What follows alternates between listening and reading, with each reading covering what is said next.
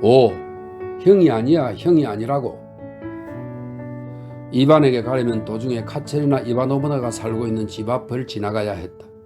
창문에 불빛이 비쳤다. 그는 갑자기 가던 걸음을 멈추고 잠깐 들러보기로 마음먹었다. 카체리나 이바노브나를 못 본 지 벌써 일주일도 넘은 상태였다. 하지만 지금 그의 머릿속에는 특히 그런 큰일을 앞둔 밤이니만큼 지금 이반이 그녀의 집에 있으리라는 생각이 들었던 것이다. 초인종을 누른 뒤 중국식 불빛이 희미하게 밝혀진 계단으로 들어서면서 그는 누군가가 아래로 내려오는 것을 보았는데 서로 가까워지면서 보니 형이었다. 그러니까 그는 벌써 카체리나 이바노브나 집을 나가는 길이었던 것이다. 아, 그냥 너였구나. 이반 표도로비치가 건조하게 말했다. 그래, 잘 가거라. 그 여자한테 가는 길이냐? 안 가는 게 좋을걸? 그녀는 흥분 상태라서 너를 보면 마음이 더 심란해질 테니까. 아니에요, 아니라고요. 위층에서 순식간에 문이 열리면서 갑자기 이렇게 외치는 소리가 들려왔다. 알렉세이 표도로비치, 그 일을 만나고 오시는 길인가요? 예, 거기서 오는 길입니다. 나에게 무슨 전하는 말은 없던가요? 들어오세요, 알로샤. 당신도, 이반 표도로비치, 당신도 꼭꼭 다시 들어와요. 듣고 있어요? 카차의 목소리가 너무도 심한 명령조였기 때문에 이반 표도로비치는 한순간 머뭇거리다가 어쨌거나 알료사와 함께 다시 올라가기로 마음먹었다. 엿들었군. 그가 짜증스럽게 혼자말로 중얼거렸지만 알로샤는 그 말을 알아들었다. 죄송하지만 그냥 외투를 입은 채로 앉아있겠습니다. 이반 표도로비치가 홀로 들어서면서 말했다. 아니, 앉지도 않겠습니다. 1분 이상 머물지도 않을 테고요. 앉으세요, 알렉세이 표도로비치. 이렇게 말을 하면서도 정작 까체리나 이바노브나 자신은 여전히 서 있었다. 그동안 그녀는 별로 변하지 않았지만 그녀의 짙은색 눈은 불길한 불꽃으로 번뜩였다. 알로샤는 훗날 이 순간 그녀가 그에게 굉장히 예뻐 보였음을 기억했다. 그녀가 무슨 말을 전하라고 하던가요? 그저 한 가지뿐이었습니다. 알로샤가 그녀의 얼굴을 똑바로 바라보면서 말했다. 스스로를 아끼는 마음을 갖고서 법정에서 그 일에 대해서는 아무 말도 하지 말라고. 그는 다소간 어물거렸다. 그러니까 두 분 사이에 있었던, 두 분이 처음 만났던 그때 그 도시에서 그 돈 때문에 이마가 땅에 닿도록 절을 한 일 말이군요. 그녀가 씁쓸하게 웃으면서 말을 받았다. 그래, 그이는 자기 자신을 걱정해서 그러던 건가요? 아니면 나를 생각해서인가요? 예? 내가 누구를 아껴야 된다고 하던가요? 그 일을? 아니면 나 자신을요? 말해주세요, 알렉세이 표도로비치. 알로사는 그녀를 주의 깊게 들여다보면서 그녀의 말을 이해하려고 애썼다. 당신과 형 두 분 다겠죠? 그가 조용히 말했다. 그럴 줄 알았어요. 그녀는 어쩐지 독살스럽게 이런 말을 내뱉더니 갑자기 새빨개졌다. 당신은 나를 아직 모르시는군요. 알렉세이 표도로비치. 그녀가 위협적으로 말했다. 그래요. 나도 아직 나 자신을 잘 모르겠어요. 아마 내일 정인신문이 끝나면 당신은 나를 발로 짓밟고 싶어 할지도 몰라요. 정직한 정언을 하실 겁니다. 알로샤가 말했다. 그거면 충분하거든요. 여자란 종종 정직하지 못할 때가 있어요. 그녀가 이를 갈았다. 나는 1시간 전만 해도 저 불황당 같은, 저 파충류 같은 사람을 건드리는 것조차 무서운 일이라고 생각했어요. 하지만 아니에요.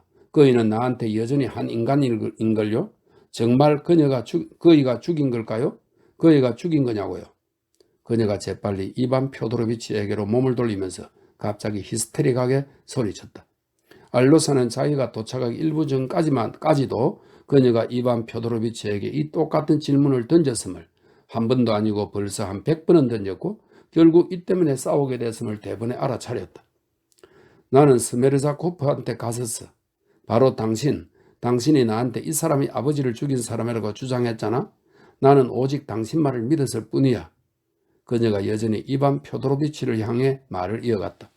상대방은 내키지 않는다는 듯 억지로 씩 웃었다. 알로사는 그녀가 이렇게 너나들이를 하는 걸 듣고서 몸을 부르르 떨었다.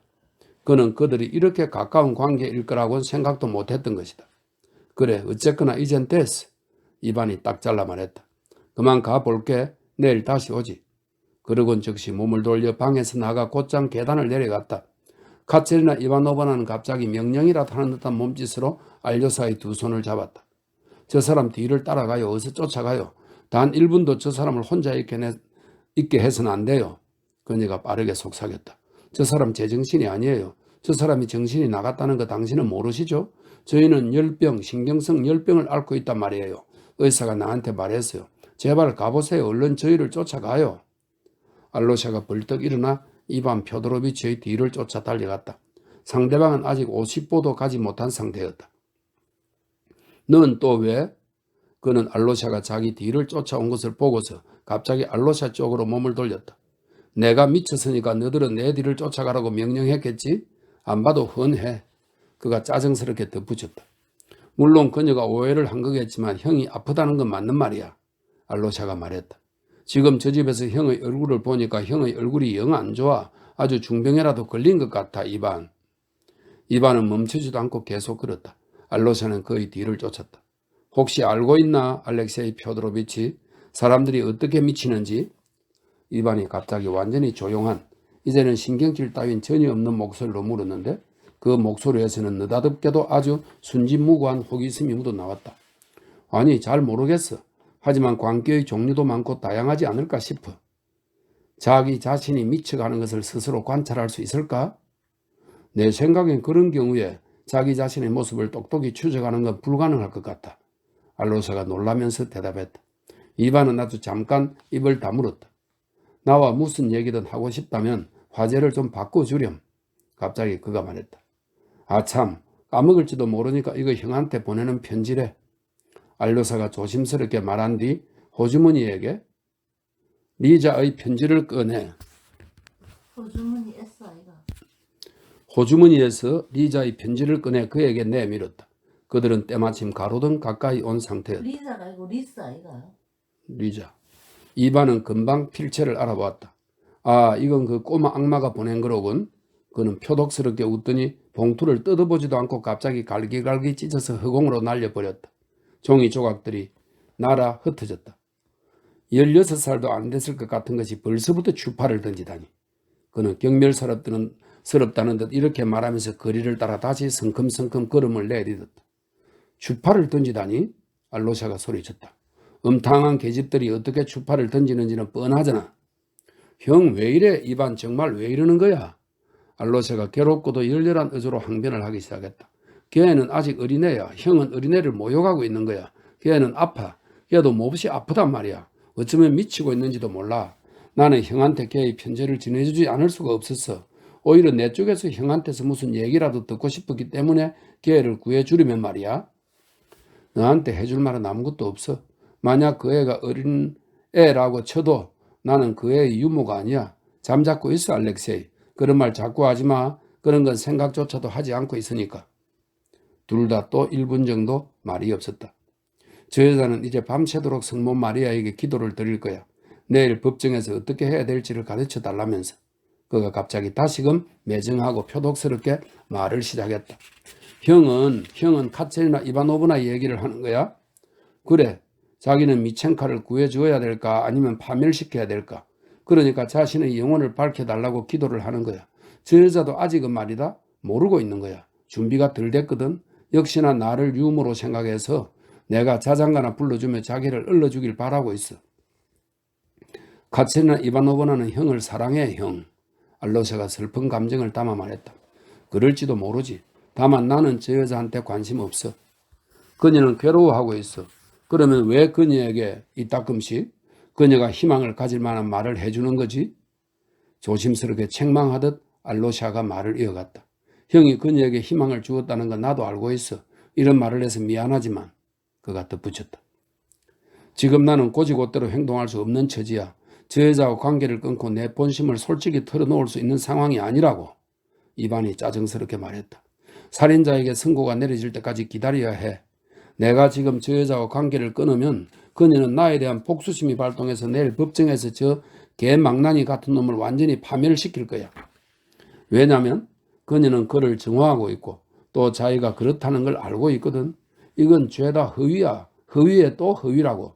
지금처럼 내가 그녀와 관계를 끊지 않는 한 그녀는 여전히 희망을 갖고 있기 때문에 이 불황당 같은 놈을 파멸시키려 들진 않을 거야. 내가 그 놈을 재앙에서 꺼내주려 한다는 걸 알고 있으니까. 그러니까 그 저주스러운 선고가 내려질 때를 기다릴 수밖에. 살인자와 불안당 이라는 말이 알로사의 마음속에서 고통스럽게 메아리 쳤다. 도대체 그녀가 어떤 식으로 큰형을 파멸시킬 수 있다는 거지? 그가 이반의 말을 곰곰 씹으면서 물었다. 미차를 곧장 파멸시킬 수 있는 어떤 걸 제시할 수 있단 말이야? 너가 아직 모르는 게 있어. 그 여자의 손엔 서류가 하나 있는데 그건 미차가 제 손으로 쓴 것으로 자기가 표드로 파블로비치를 죽였다는 걸 수학적으로 증명하는 거야. 그건 있을 수 없는 일이야. 알로샤가 소리쳤다. 있을 수 없다니 내 눈으로 읽었는데. 그런 서류란 있을 수 없어.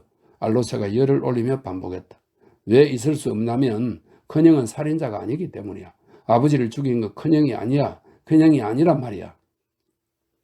이반 표도로비치는 갑자기 걸음을 멈추었다. 그렇다면 누가 살인자냐 내 생각엔? 그가 어쩐지 척 보기에도 차가운 어조로 물었는데 이 질문에서는 어쩐지 오만한 음조마저 배어 있었다. 누구인지는 형도 알고 있잖아. 알로샤가 조용히 상대의 속마음을 파고들듯 말했다. 대체 누구야? 그 정신이 나간 병신 같은 간질병자를 두고 떠드는 우화 같은 소리 말이니? 스메르자코프를 말하는 거냐고? 알로샤가 갑자기 자신의 온몸이 떨리는 것을 느꼈다. 누구인지는 형이 잘 알고 있잖아. 그 입에 힘없이 이런 말이 튀어나왔다. 그는 숨을 헐떡였다. 그래 누구냐고. 이반은 이제 거의 광포하게 소리쳤다. 갑자기 자제력이 싹 사라져버린 것이다.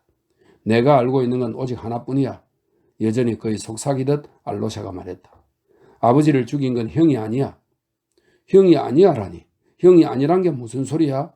이반이 아연실색하여 그 자리에서 얼어붙었다. 아버지를 죽인 건 형이 아니란 말이야. 형이 아니라고. 알로샤가 확고한 의조로 반복했다. 30초간 침묵이 이어졌다. 내가 아니란 건 나도 알고 있어. 대체 무슨 헛소리를 하는 거야? 창백하게 일그러진 미소를 지으면서 이반이 말했다. 그의 두 눈은 알로샤에게 붙박인 듯 했다. 두 사람은 다시 가로등 곁에 서 있었다. 아니야 이반. 형은 스스로에게 몇 번씩이나 살인자는 바로 형 자신이라고 말해왔어. 내가 언제 그런 말을 했다는 거냐? 나는 모스크바에 있었어. 언제 내가 그런 말을 했겠어?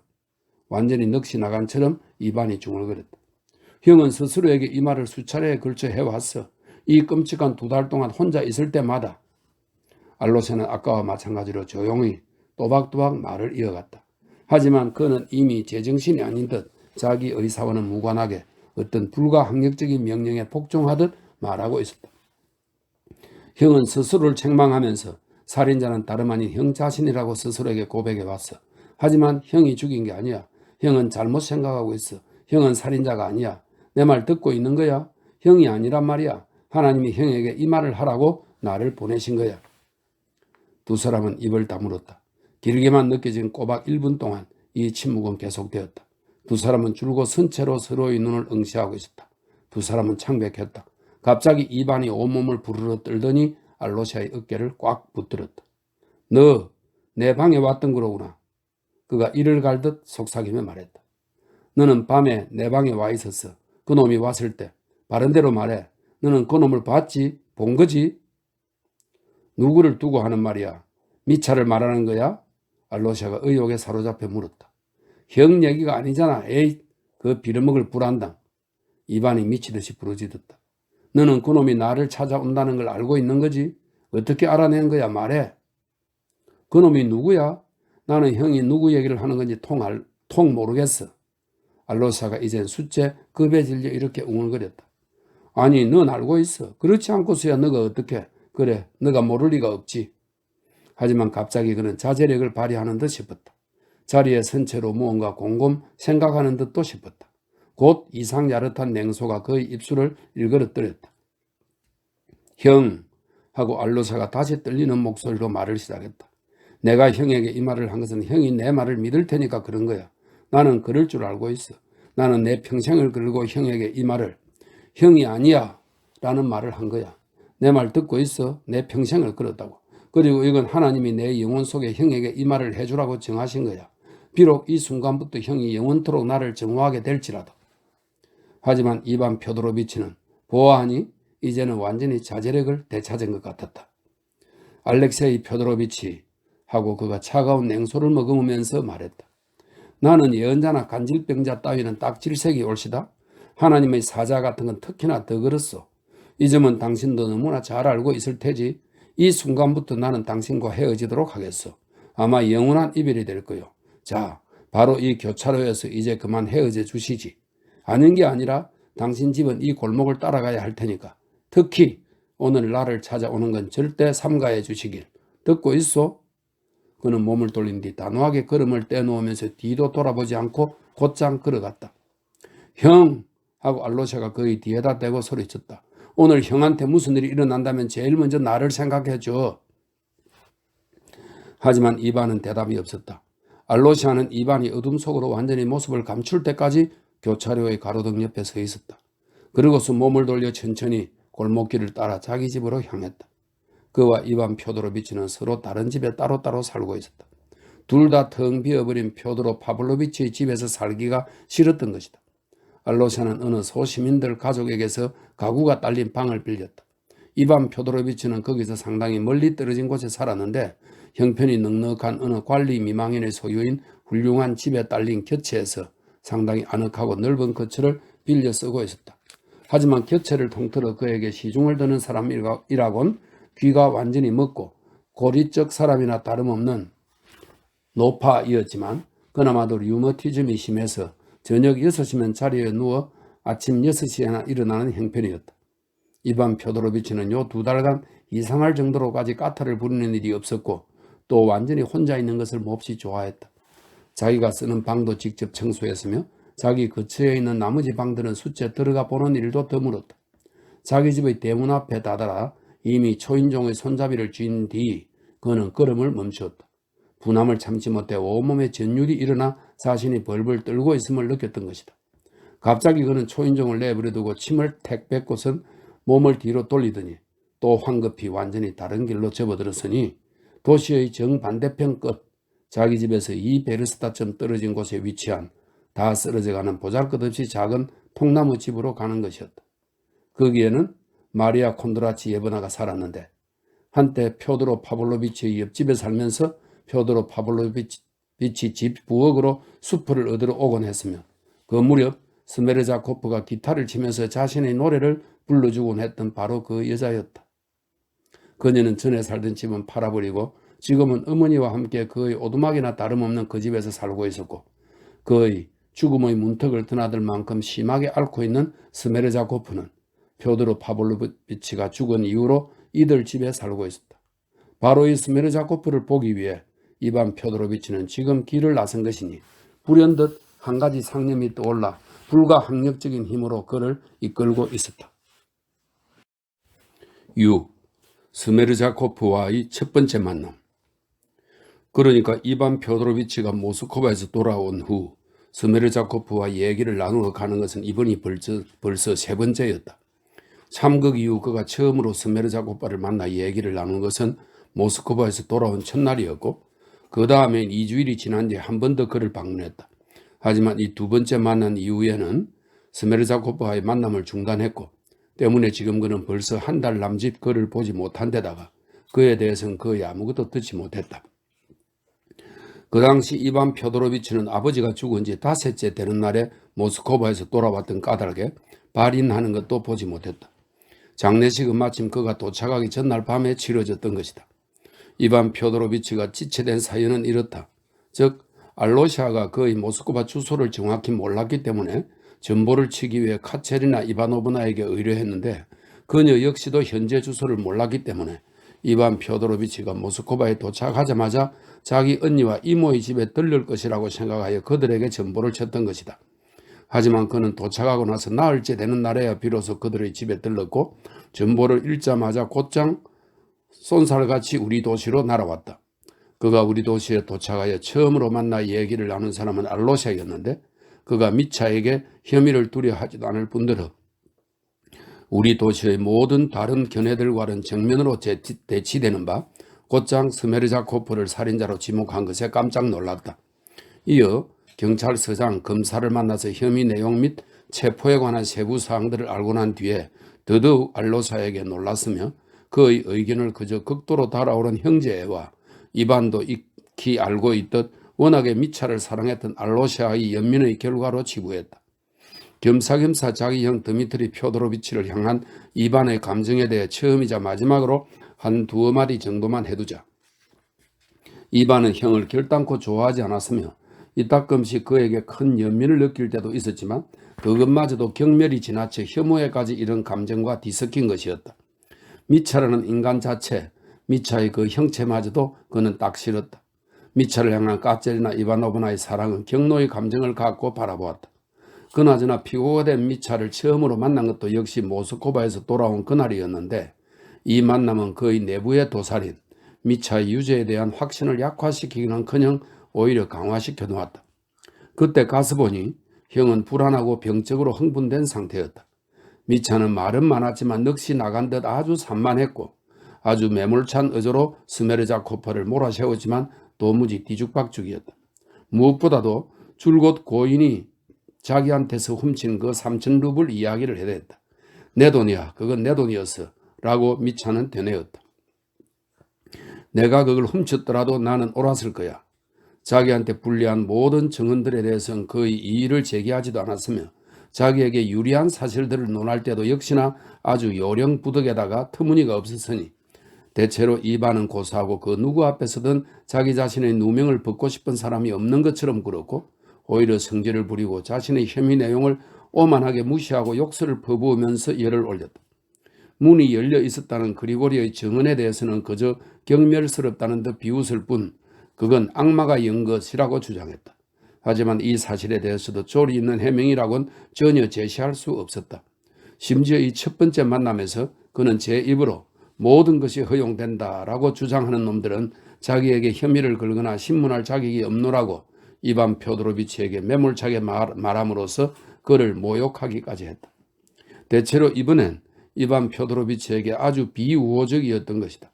그때 그렇게 미차를 만나고서 이반 펴도로비치는 그 길로 곧 스메르자코프를 보러 갔다. 모스크바에서 돌아오는 기차 안에서부터 그는 줄곧 스메르자코프를 출발 전날 저녁 그와 마지막으로 나눈 대화를 생각했다. 그는 많은 것이 혼란스러웠고 또 많은 것이 의심스러웠다. 하지만 예심 판사에게 진술을 할 때 이반 펴도로비치는 그 대화에 대해서는 당분간 입을 다물었다. 모든 걸 스메르자코프와 만날 때까지 미루어 두었던 것이다. 그는 당시 시립병원에 있었다.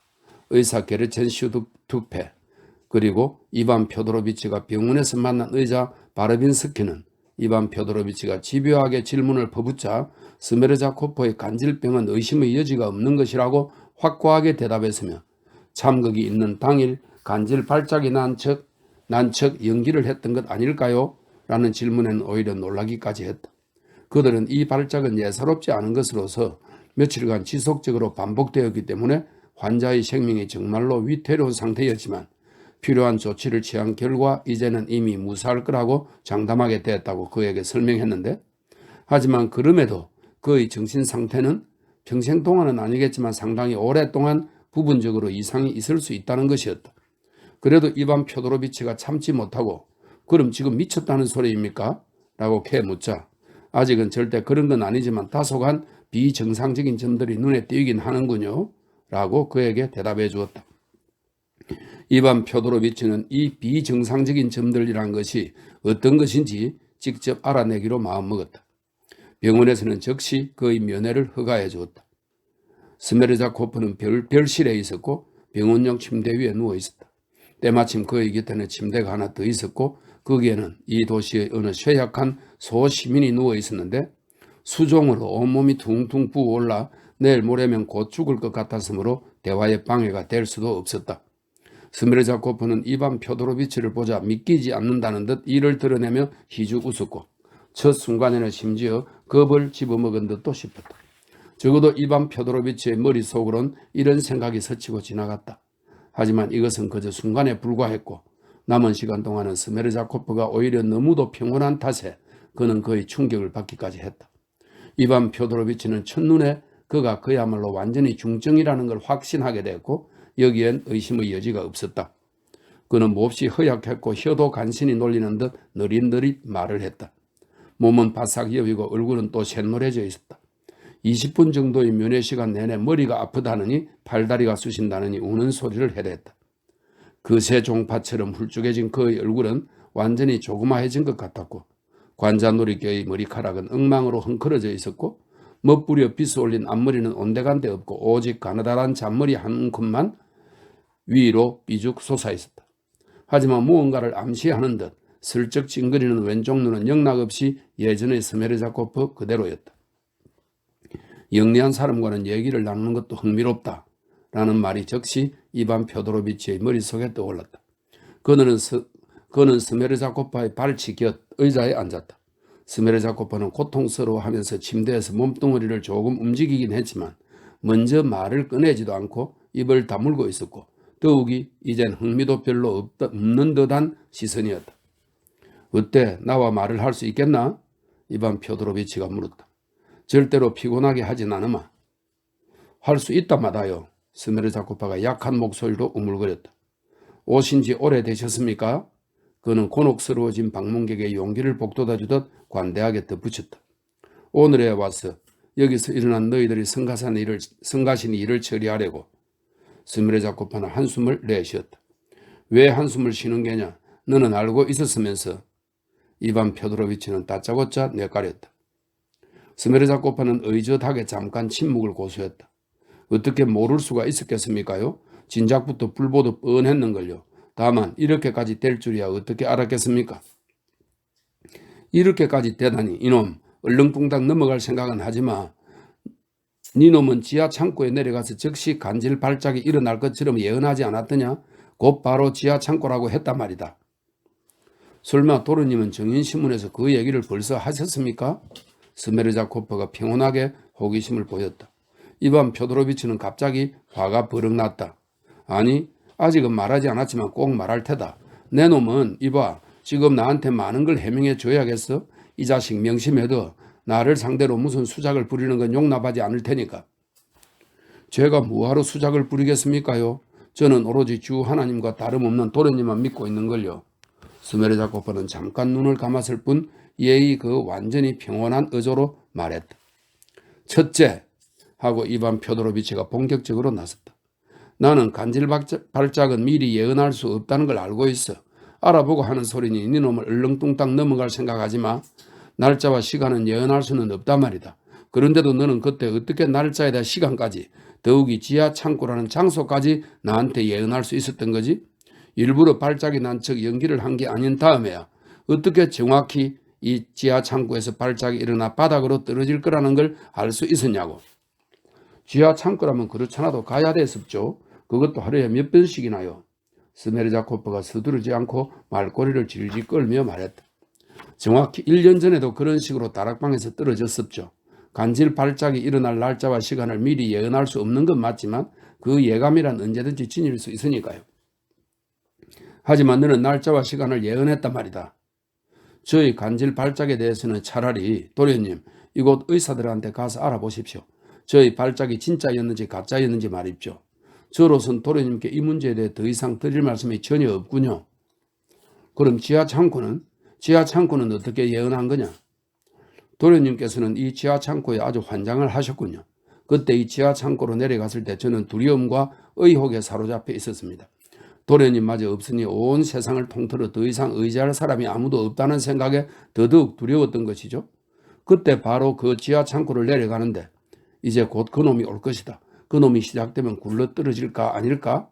라는 생각이 들고 바로 이런 의혹이 생기기가 무섭게 갑자기 목구멍에서 저 피해갈 수 없는 경련이 일더니 뭐 그렇게 굴러 떨어진 것이죠. 이와 같은 모든 일과 이전 그러니까 바로 그 전날 저녁 대문 곁에서 도련님과 나누었던 대화를 그리고 그때 제가 도련님께 지하 창고에 대한 저의 두려움을 전했다는 사실을 이 모든 것을 저는 게르트 슈투베 의사선생님과 이어 예심판사 니콜라이 파르페노비치에게 상세하게 털어놓았고 그들은 모든 걸 조서에 기록했습니다. 이 병원의 의사인 바르빈스키 씨도 모든 사람들 앞에서 유달리 강조를 하길 바로 그렇게 생각했기 때문에 즉 이제 곧 쓰러질까 아닐까 라는 예민한 노파심 때문에 그렇게 됐다더군요. 정말로 노파심이 일어서 그렇게 됐던 겁니다. 바로 이런 식으로 즉 오로지 저희 두려움 때문에 그렇게 될 수밖에 없었다고 조서에 기록했었죠. 이 말을 하고서 스메르자코프는 완전히 녹초가 된 듯 깊은 숨을 몰아쉬었다. 정인 진술을 할 때 그런 것까지 알렸더냐? 이반 표도로비치가 다소간 어리둥절해져서 물었다. 그는 그때 자기들이 나눈 대화를 얘기해 버리겠다고 음포를 놓아 그에게 겁을 줄 작정이었지만 알고 보니 상대방이 벌써 제 입으로 모든 걸 얘기해 버렸으니 말이다. 제가 뭘 두려워하겠습니까? 다 사실대로 기록해 두라지요 뭐. 스메르자코프가 확고한 의조로 말했다. 그럼 우리가 대문 곁에서 나눈 대화도 토시 하나 안 빼고 말했더냐? 아니요. 토시 하나 안 빼고 다 말한 건 아닙죠. 그럼 간질 발작이 난 척 연기할 수 있다며 그때 내 앞에서 떠벌린 건 그것도 역시나 말했더냐? 아니요. 그것도 말 안 했습니다요. 이놈 이제 나한테 똑똑히 말해봐. 니놈은 그때 무엇을 위해서 나를 체르마 신하로 보내려 했지? 모스코바로 떠나버리실까봐 두려웠습니다. 체르마 신하가 어쨌거나 더 가깝지 않습니까요? 거짓말도 잘하는구나.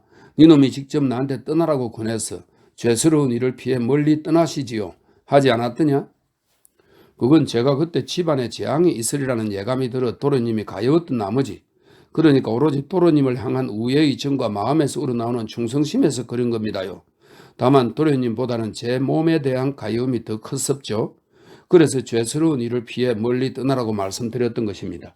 그러면 도련님께서 집안에 안 좋은 일이 생기겠구나 하고 알아들으시고 집에 남으셔서 부모님을 보호하시도록 말이죠.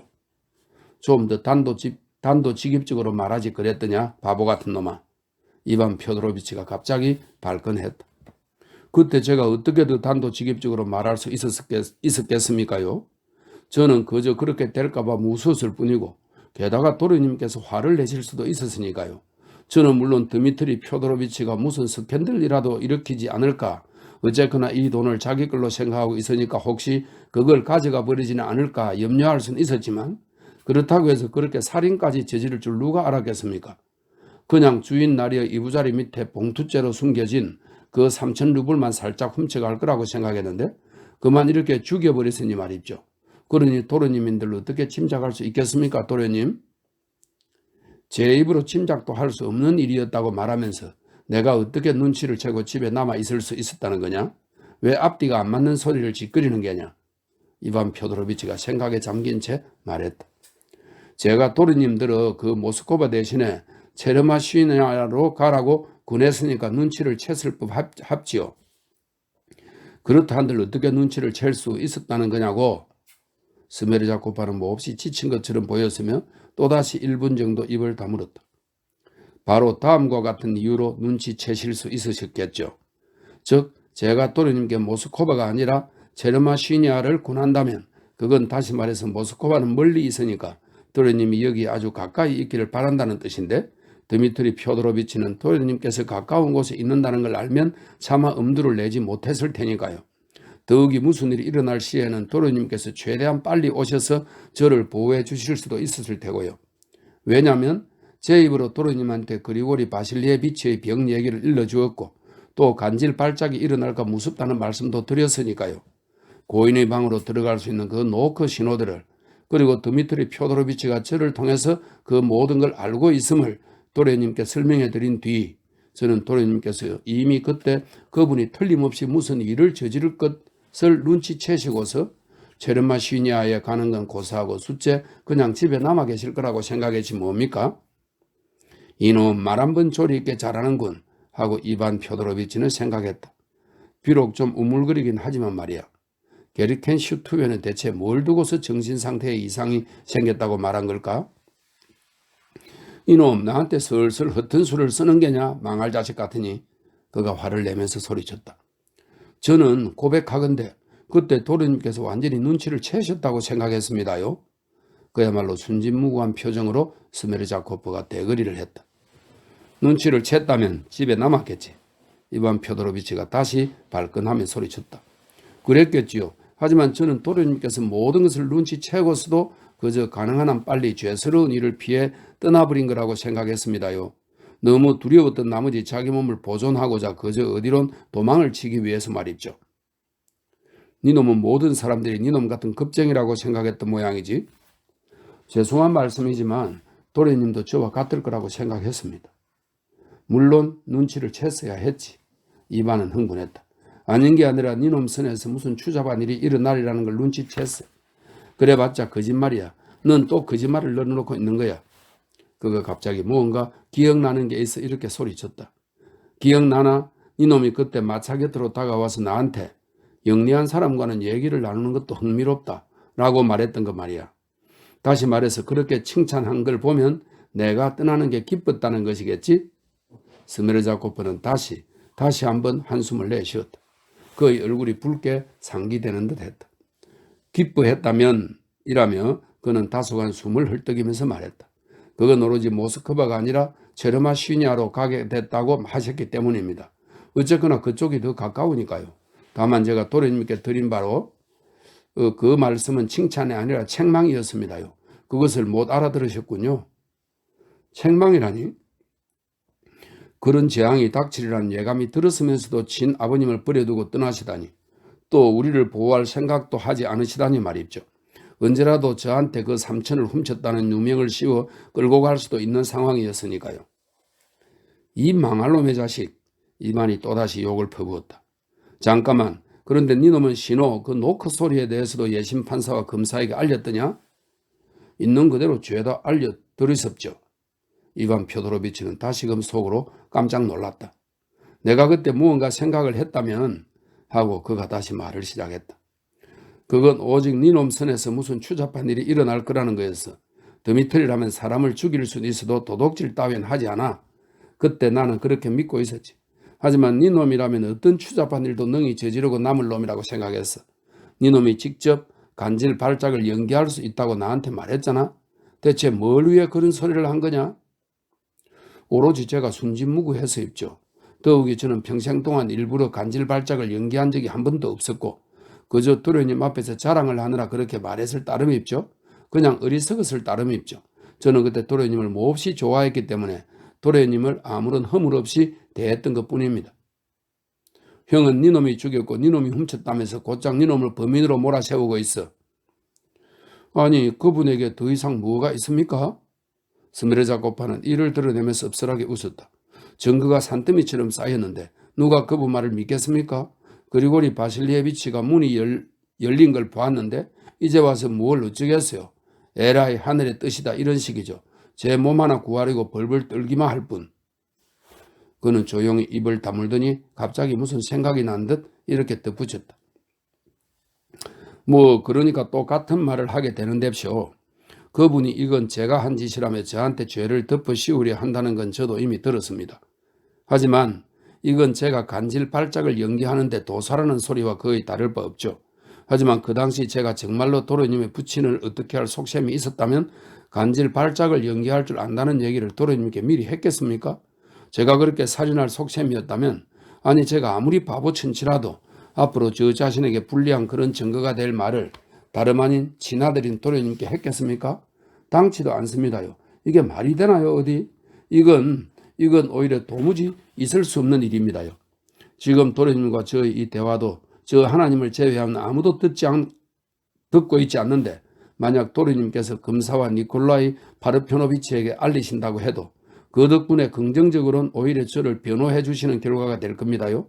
왜냐하면 애당초 저렇게 순진무구하게 굴었다는 놈이라면 저게 무슨 악당이냐, 그런 놈이 어디 있어 하는 식일 테니까요. 이 모든 걸 찬찬히 따져보면 당연한 얘기입니다. 이봐! 스메르자코파의 마지막 출언에 충격을 받은 이반 표도로비치는 대화를 중단하고 자리에서 일어났다. 나는 너를 조금도 의심하지 않고 심지어 너한테 혐의를 두는 것 자체를 웃긴 일이라고 생각하는데 오히려 너가 나를 안심시켜줘서 고마울 따름이다. 이만 가보겠지만 다시 들르도록 하지. 일단은 잘 있어. 빨리 건강해지고 뭐 필요한 건 없나? 여러모로 감사드립니다요. 마르파 이그나치 예브나가 저를 잊지 않고 뭐 필요한 게 있으면 옛날처럼 그 좋은 마음씨로 모든 걸 봐주고 있습니다. 그 마음씨 좋은 사람들이 매일 병문안도 와주시고요. 그럼 또 보자. 그나저나 너가 간질 발작이 난 신용을 할 수 있다는 건 아무한테도 말하지 않을 테니 너도 그런 말은 하지 않는 편이 낫겠다. 이반은 갑자기 무엇 때문인지 이런 말을 했다. 잘 알겠습니다요. 도련님께서 그걸 말씀하지 않으신다면 저도 그때 대문 곁에서 우리가 주고받은 말은 절대 발설하지 않겠습니다. 그러고서 곧장 이반 표도로비치는 갑자기 병실을 나왔는데 복도를 10걸음쯤 지나온 뒤에야 비로소 스메르자코프의 마지막 말 속에 어떤 모욕적인 의미가 깃들어 있었음을 갑자기 감지했다.